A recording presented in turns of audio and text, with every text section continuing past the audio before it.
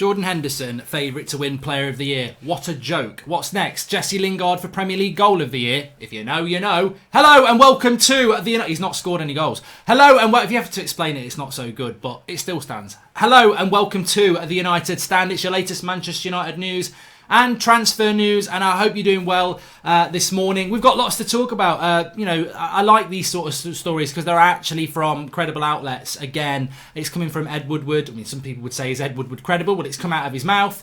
Also about United training, a little bit about Paul Pogba again, and a few other transfer stories for us to talk about. But let's start off. More news coming out from Ed Woodward and his meeting with Manchester United Forum. I think it was last week. So more quotes coming out, and quite promising, really. Transfer promise is what we've got in the bottom corner, and that's what we're talking about here. So let me read you these quotes. Ed Woodward, it's always a top priority for us to strengthen the team and build on what Ollie is very clearly achieving in terms of bringing us back to the top.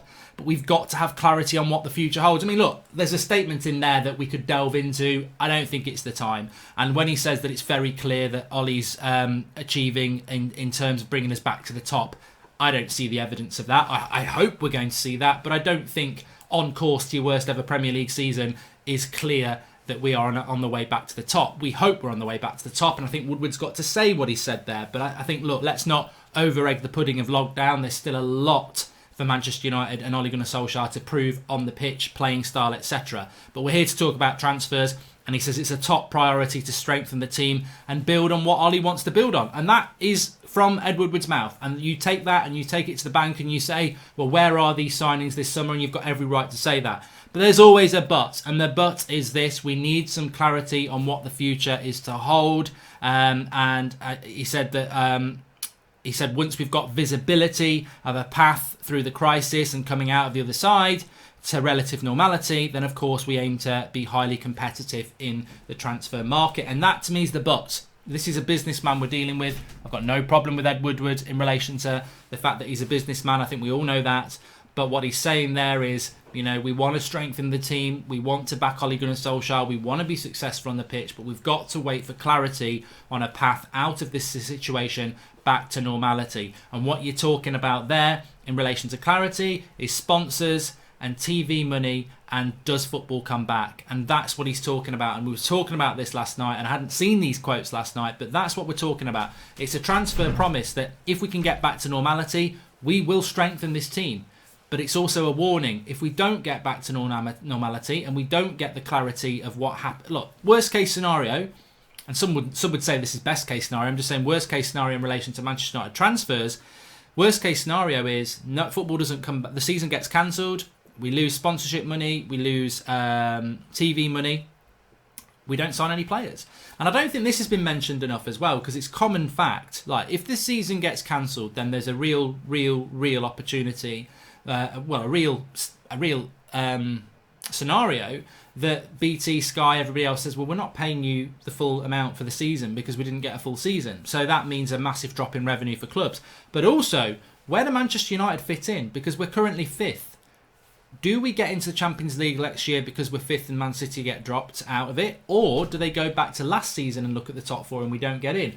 If we don't get in the Champions League next year, not only do we lose because the season's been cancelled, not only do we lose money because of the loss of TV money, etc., we already know that would be 2 years out of the Champions League, which means a massive reduction in sponsors' monthly fee from people like yearly fee from people like Adidas. So I think Ed Woodward's just saying exactly what we were talking about last night as a community, that yeah, you can say you want the season to be cancelled for very, very, very, very different reasons, but if it does get cancelled, it's going to have a massive impact on what we think we're doing in the transfer market, because you can't shake money from a tree that's got no money in it. And that's what Ed Woodward's saying. We want to strengthen. There is a transfer promise to do that if we can get back to normality. But if we don't, then it's going to be very, very challenging. And I think we all accept that, and I think we all know that. And it will be about what happens. Now, on from that, there's talk that Manchester United will go back training on the 18th of May, which is still pretty much, it's nearly 3 weeks away. A lot of people are talking about, because there's talking about when Premier League footballers go back training, they'll then start playing 3 weeks later, which is June the 8th. So we're basically still 6 weeks away from potential football returning. And part of this plan we'll find about tomorrow from the Premier League. I mean, look, as I said, tomorrow could be the day where they go, look, this isn't possible. We're going to have to cancel it. Who knows? We can all have our opinion on that. I think that there's talk of testing, and a lot of people are moaning about that. Oh, how can you test footballers when frontline staff aren't getting testing? And I'm like, where are you living? Are you living in the past? Because as far as I'm aware, the testing capacity in the UK is going up day by day. We're nearly at 100,000 tests a day, which was the target for the end of this month. Most frontline staff can get their testing now, and we're not going to be testing Premier League footballers for another 3 weeks. They're not going to be playing for another 6 weeks. So people are going, Mom, you can't get testing. You're talking about today. We're not playing Premier League tomorrow. We're talking 6 weeks' time. People have got to either get on board with this and find a way through it, or just say, I'm not doing it. And I think it's becoming, unfortunately, it's becoming a political game now. There are some ex-players who are making it very political. There are some big mainstream blue tickers who are making it very political because they don't want it to happen. What we're falling into here, and maybe I was a bit like it last night and I'm not going to do it, is that everyone's got a right to an opinion, but are we being driven by now people who just think they're the people's prime minister or think that they're the political voice for football? You know, this is a democracy we live in, and it's got to be, you know, I think they've got to try and do it. They've got to try and do it in the safest way possible. And if it works, it works. And if it doesn't, it doesn't. But I think they've got to try. Because I think anybody who's saying, oh, let's just not do it now, you're doing it at the end of April. Like the Formula Ones talk about coming back at the end of June. So, you know, there's going to be a lot of things coming back that we're just going to say, no, we don't want to do it. I just think, come on, let's have a grown-up conversation. Let's see what the Premier League comes up with yet tomorrow. Let's see what the government say. Let's see what the football clubs say. Let's be driven by them, not by blue tick, I'm the Prime Minister on GMTV or whatever he's on, or the ex-player who thinks he's Mr. Political because, people listen to him. I think let's not make it political. Let's keep football and politics separate, and let's see what football can achieve. Is that impossible dream? I don't know. Also, we were talking about... there's a story in AS which I think is quite interesting about Saul Niguez. Now, AS is a Spanish outlet that are, linked with the Madrid clubs effectively. What they're saying is that Saul Niguez may end up going to Manchester United for 70 million euros because Atletico Madrid are in a financial forced sale effectively, which fits in with what Di Marzio said a couple of days ago, that any Atletico Madrid player is for sale. And when that comes from Di Marzio, who is a very credible journalist, that's a very big statement to say that any Atletico Madrid player is for sale. And this morning the story is that Partey is going to Arsenal again. What a great signing he would be for Arsenal. I mean, how are Arsenal pulling off signings like that? It annoys me a little bit. And Arsenal fans will love my annoyance here, but Arsenal fans will also acknowledge this. They're 9th in the league. They've not been in the Champions League for 3 years now. They won't be in it next year. 3 years not in the Champions League. 9th in the league. Not a great squad. Consistently underperforming. They're in the mud, Arsenal Football Club, and yet they are going to go and sign Thomas Partey for £43 million. And it reminds me of the Aubameyang signing. They just went and got Aubameyang with very little competition, and he would have been a fantastic signing for us, or Chelsea, or Spurs. But Arsenal got a clear path at it. And again, I think we're seeing history repeat itself if this happens. Arsenal, clear path to Thomas Partey for 43 million quid. What are we doing as a football club? What are other clubs doing? Why is nobody looking to do that deal? Arsenal, I tell you what, if Chelsea want him, he goes Chelsea. If Spurs want him, he maybe goes Spurs. If we want him, he'll come to United. Same with Liverpool. Why are we not in for this player? He's not 42. He's 26, 27 in the summer. He's one of the best midfielders in Europe at the moment for £43 million, and he wants a move. Why are we not in for him? And I'll tell you that as well. We're not in for him. We're not in for him. He would love to come to us, but we're not in for him. That's basically, you can read it from different sources. I spoke to someone yesterday. We're not in for him. We're not in for Thomas Partey at this moment in time. We are, as fans, we've been talking about him for about 2 years, but Manchester United Football Club, nah, we're not looking at that sort of a player.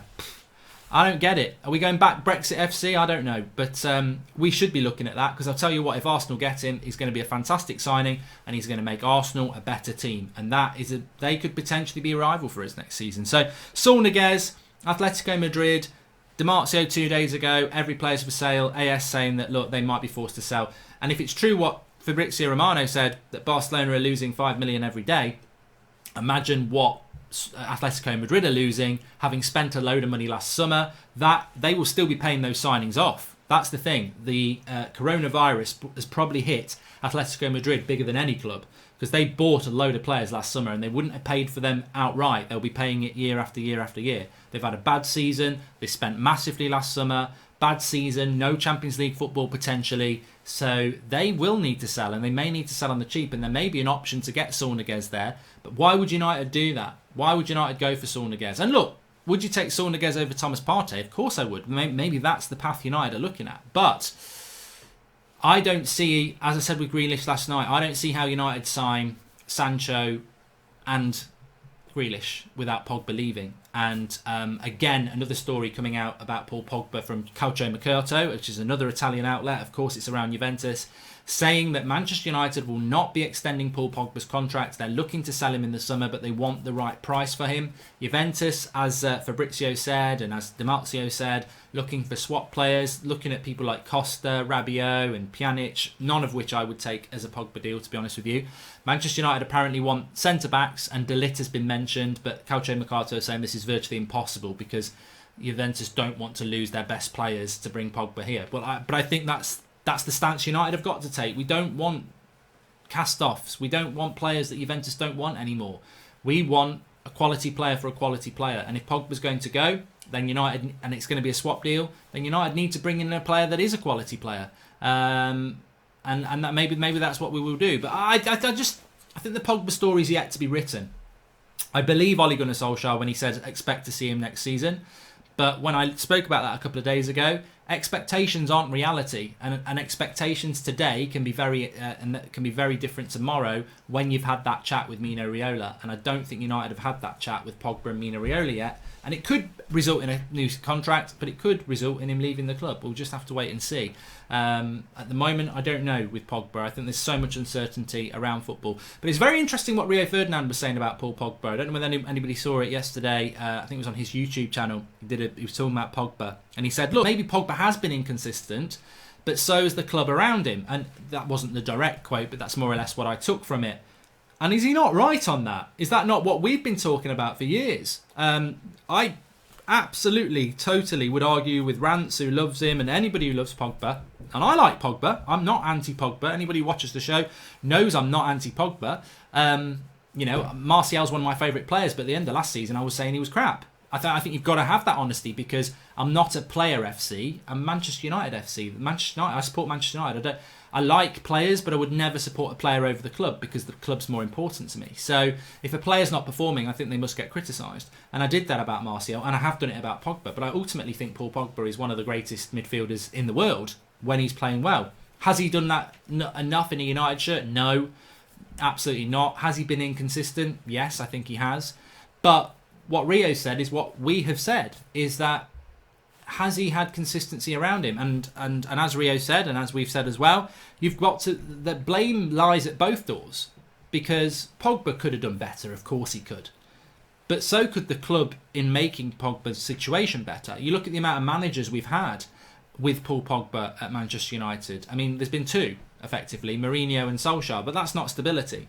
Look at the signings we've made. Some good, some very, very bad. Look at the players he's had around him. Not good enough a lot of the time. I mean, look, when Man United aren't fighting for a title, whatever you want to say, we're not good enough. We can chant certain players' names, and we can say Ollie's at the wheel and Mourinho's brilliant, but the reality is Manchester United should be fighting for titles. And I think some United fans are already losing sight of that fact. When we were talking last Sunday about what players currently get into a Premier League winning title side, and we're saying 7 or 8, well, we, like Ricky said, are we not talking nonsense? Because if we've got 7 or 8 players that can win a title, why have we been nowhere near a title for 6 years?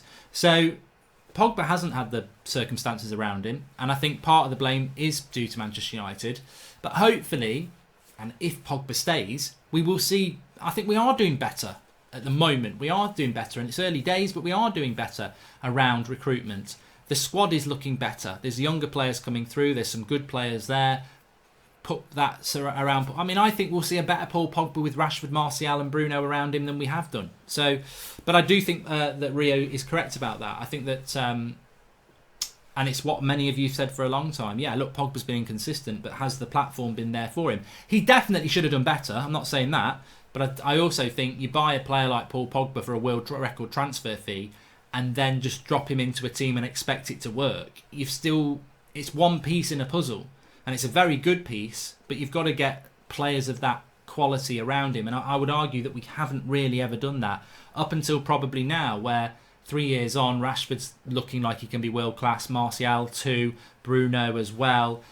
There's better players around him now, but will he stay? Will he stay? We'll have to wait and see on that one. So interesting, very interesting. How it's going to work out with United, how it's going to work out with football. I feel, I've got to be honest, I don't know how you're feeling. In relation to lockdown in general, I feel a bit fed up of it. I think we're going to be in it for another few weeks yet. I think it's going to get extended. It's very difficult. It's a mental battle away from football. I know why we're doing it. And we're all doing a great job. But it's hard. And, I think the more tired and fatigued you get, the more passionate you get about what you think is right. And I think we are walking into a political nightmare with football. And I think that some people are going to put up obstructions on either side of the argument. And unfortunately, I don't think we're going to get a united path, ironically, to whatever it is we're trying to achieve. Some people are still talking about September, which I think is as unachievable as June. I think you try and do it in June. And if you can't do it in June, you're not doing it in September. But look, we'll see. We'll see what happens. I hope that some sort of common sense can prevail on either side of the argument and everyone can just work together instead of making it about them and political arguments. But we'll see. Football transfer market, look, what Woodward said is spot on.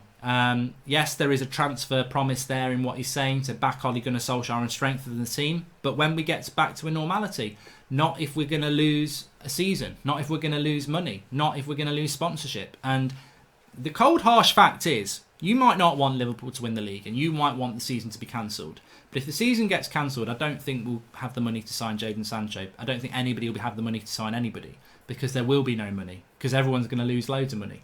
And the point is, it's very, very wrong to say this in some ways for football, but if we come back and finish the season, a lot of money will come in, which will allow us to buy Jadon Sancho. If we don't, a lot of money won't come in, which will mean that we're basically just going to write a year off and start last season, this season, at some point, with the same squad that we've got now. And that's probably what's going to happen. So let's wait and see what happens on that. And look, who knows? Who knows? We'll be back at 8 o'clock anyway, live. I'm sure there'll be some news coming out today. I think we've got Flex and Troops at lunchtime as well, which will be a bit of light relief. Also, don't forget, of course, we launched this last night. I must just get it up on the screen for you as well. The Martial t-shirt is the new t-shirt, which I'm going to show you here. I've got mine on order. I haven't even got mine yet, but can't wait to get it. You can get it in grey, navy, royal blue or white. The white one's very nice. Very nice indeed, as you can see, Martial, and it's got the quotes. He came from France. The British press gave him no chance. 50 million down the drain. Tony Martial scores again. Lovely in white. We're getting to nice sunny weather now, but you can get the royal blue, the French blue with the red, the nice little logo on there as well. Can't wait to get mine. Links in the video description. It ships worldwide. And of course you can get the Bruno one as well. Got the green and gold, adored. Lots of different designs. But we've got the new Martial one there as well. Links in the video description for that. I hope you have a fantastic day. Get your t-shirts in the link in the video description. And get your comments in below. What are you thinking? What are you thinking about the situation at the moment? Encouraging news. But where will we be? Where will we be? Thanks for watching. Smash a like on the video. I'll speak to you soon.